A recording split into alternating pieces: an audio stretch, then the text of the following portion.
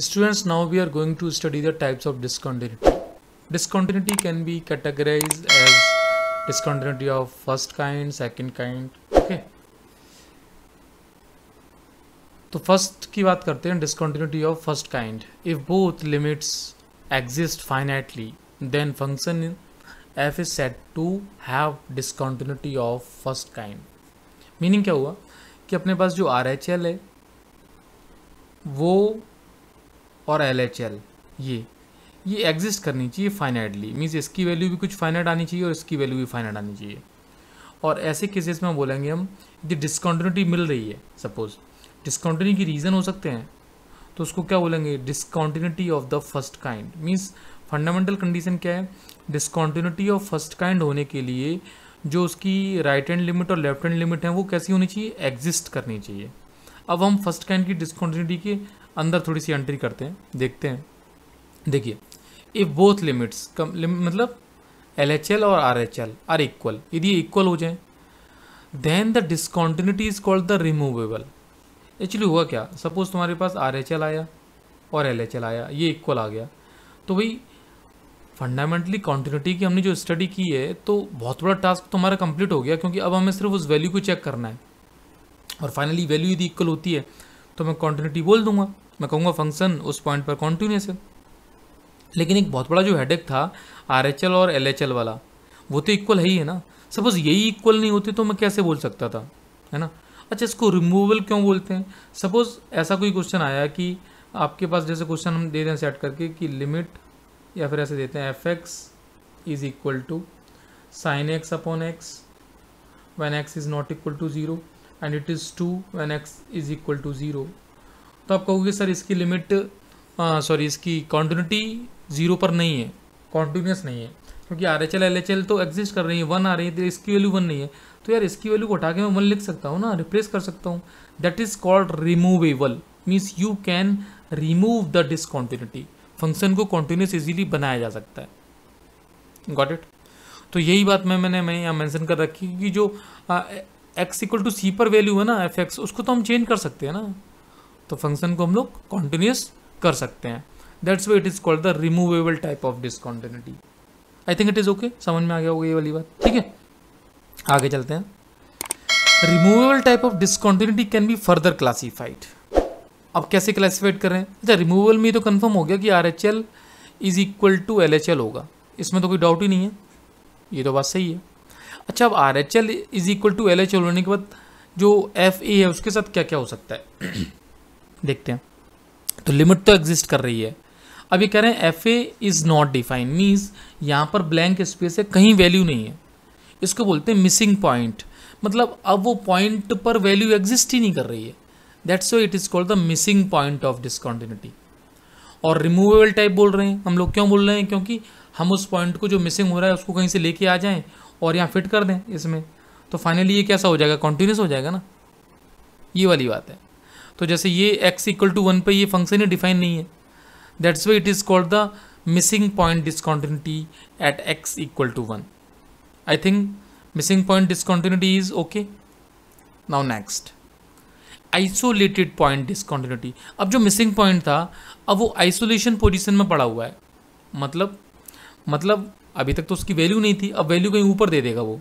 जैसे इस केस में से 9 दे रखी है, मीन्स इसको सिंप्लीफाई करोगे RHL LHL निकालोगे वो 8 आ जाएगा, क्योंकि मैं 8 कैसे बता रहा हूँ, इसके मैंने फैक्टर किए x प्लस 4 x माइनस 4 और होल अपॉन में क्या है x माइनस 4, ये कैंसिल आउट है. लिमिट डालोगे x की 4 तो वैल्यू 4 प्लस 4 8 आ जाएगी. ये इसकी RHL और LHL है. Got it. ये तो दोनों इक्वल हैं. अब इसको बोल रहा हूँ मैं आइसोलेटेड पॉइंट. क्यों बोल रहा हूँ, क्योंकि उसकी वैल्यू जस्ट ऊपर किसी ने शिफ्ट करके यहाँ रख दी है 9 पे, और बेसिकली यहाँ इन दोनों की इक्वल वैल्यू कितनी है, वो 8 है. अब बस इसको मैं यहाँ से रिमूव करके लेके आऊँगा नीचे तो रिमूव हो जाएगी, मतलब उसको प्रेस कर दो नीचे की तरफ. Got it. तो फंडामेंटली ये रिमूव हो सकती है. 9 की प्लेस पर कोई पर्सन इसको 8 लिख दे, रिमूव हो गई. That's why it is called the removable type of discontinuity, and it is the isolated point discontinuity. It is okay. Now if fx and here the you can see RHS and LHS are not equal. अब note मत कर, यहाँ जो मैंने लिखना था यहाँ पे लिखा था मुझे RHL और LHL, अब ये इक्वल नहीं है, then it is to be non removable. अब बताओ RHL ही LHL इक्वल नहीं है तो तुम इसको रिमूव कैसे कर सकते हो? तो इसको बोलते हैं non removable discontinuity of the first kind. अब ये रिमूव नहीं हो सकती क्योंकि RHL LHL में डिफरेंस आ गया, और पता है इसके डिफरेंस को मीन्स RHL माइनस LHL का mod low, this is called the jump of discontinuity. तो कभी कभी क्वेश्चंस में जंप पूछा जाता है, तो मैंने यहाँ पर इसको मेंशन कर दिया है कि आपको एक तो डिसकॉन्टिन्यूटी कैसी मिलेगी, नॉन रिमूवेबल टाइप मिलेगी ऑफ द फर्स्ट काइंड। अभी तक रिमूवेबल टाइप में यही कंडीशन थी कि RHL LHL की इक्वल था, यहाँ इक्वल नहीं होगा, है ना। और जंप क्या है, उनका डिफरेंस है, वो जंप है। A function having a finite number of jumps in a given interval is called the piecewise continuous और sectionally continuous function in the interval, जिसमें क्या होगा, फाइनाइट नंबर ऑफ जंप्स मिलते हैं।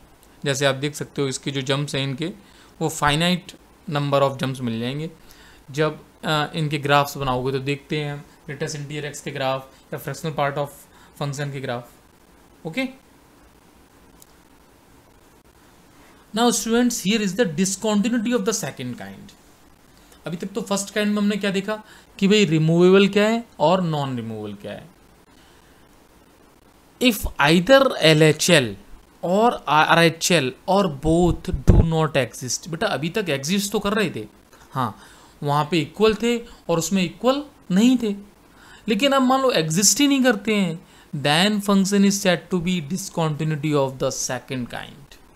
मीन्स आप डिफरेंस समझना, आपसे कभी कभी क्वेश्चन पूछा जाता है कि discontinuity of the first kind क्या है, और फर्स्ट काइंड में रिमूवेबल क्या है, फर्स्ट काइंड में नॉन रिमूवेबल क्या है।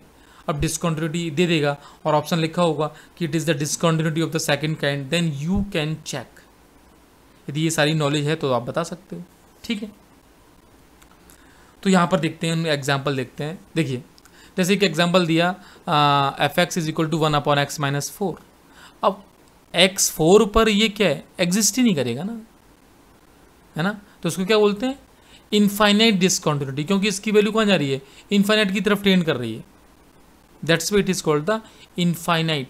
मीन्स एग्जिस्ट ना करने के जो रीज़न होते हैं, देखो तुम लोगों को एक बात और बताऊं, जैसे कोई बच्चा ये कहे कि सर ये इधर कोर्स में नहीं है, बोर्ड में नहीं है, लेकिन डिसकॉन्टिन्यूटी तो चेक करोगे ना।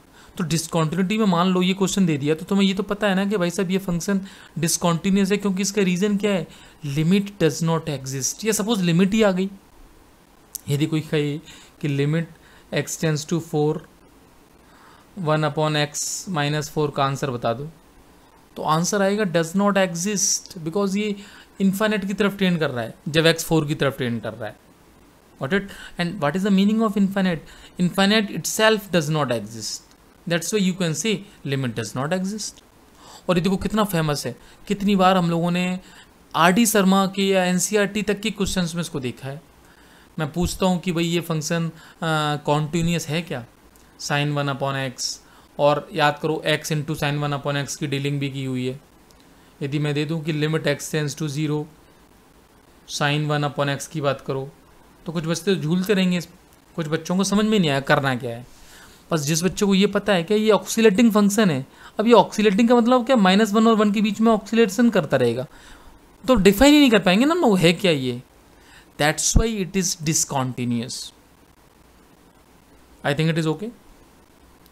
Point function define at a single point only are to be treated as discontinuous. देखिए ये एक इम्पॉर्टेंट यहाँ पे कॉन्सेप्ट लिखा हुआ है, आपको समझ में आता है तो बहुत अच्छी बात है ना।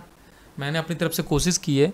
fx is equal to 1 - x plus root of x - 1 is not continuous at x equal to 1 because it is the point function. होगा क्या कि 1 के, देखो 1 पे तो वैल्यू हो सकता है एग्जिस्ट कर जाए, 0 मिल जाए तुम्हें, लेकिन कॉन्टिन्यूस की मतलब ये थोड़ी ना है कि 1 पे ही 0 मिलना चाहिए, भाई उसकी लिमिट भी एग्जिस्ट करनी चाहिए, है ना। ऐसा नहीं है कि लिमिट ही डिफाइन ना हो। तो तुम जैसे 1 से बड़ी वैल्यूज रखी तुमने, तो 1 से बड़ी वैल्यूज पे ये फेल हो जाएगा, क्यों, रूट के अंदर नेगेटिव नंबर आ जाएगा, दैट इज नॉट डिफाइन। और 1 से छोटी वैल्यूज पे ये फेल हो जाएगा, इसलिए वो सेटअप करके दे दिया। इसलिए बोला पॉइंट फंक्शन। फंक्शन तो ये पॉइंट फंक्शन है, क्योंकि x इक्वल टू 1 पे ही वैल्यू ले रहा है ये, और वो 0 है। बट ये फंक्शन कैसा है? डिसकॉन्टिन्यूअस है ना। तो जो मेन कॉन्सेप्ट अब जो मेरी मतलब इच्छा है कि तुम समझनी चाहिए, वो मैंने यहाँ लिस्ट किए हैं, आप कोशिश करें। ओके, अब यहाँ जैसे प्रैक्टिस प्रॉब्लम में अब जैसे ये क्वेश्चन दे दिया सिंपल सा कि then find the types of discontinuity, और इसकी देखो आंसर्स भी दिए हैं। First type removable. अब फर्स्ट टाइप रिमूवेबल पता होना चाहिए क्या थी। जैसे इसकी RHL निकालोगे तो RHL यहाँ से 1 आ जाएगी, LHL भी 1 आ जाएगी, मतलब ये तो इक्वल है ना RHL LHL। इस वैल्यू को हम लोग 1 लिख देंगे तो काम हो जाएगा। That's why it is called the first type removable. इस केस में यदि इसकी LHL निकालोगे तो 1 आएगी और RHL 2 आएगी, तो वैसे भी non removable of the first kind है, याद करो। तो ये एग्जांपल्स, ये आंसर्स तभी आप टिक कर सकते हो जब आपको ये नॉलेज है। अदरवाइज आप कहोगे कि हमने पूरी कॉन्टिन्यूटी डिसकॉन्टिन्यूटी पढ़ ली, सर ये क्या था रिमूवेबल नॉट रिमूवेबल, ये हमें मिल गया इस पेपर में, अब हम क्या करें। बस ये बात है, अंडरस्टैंड।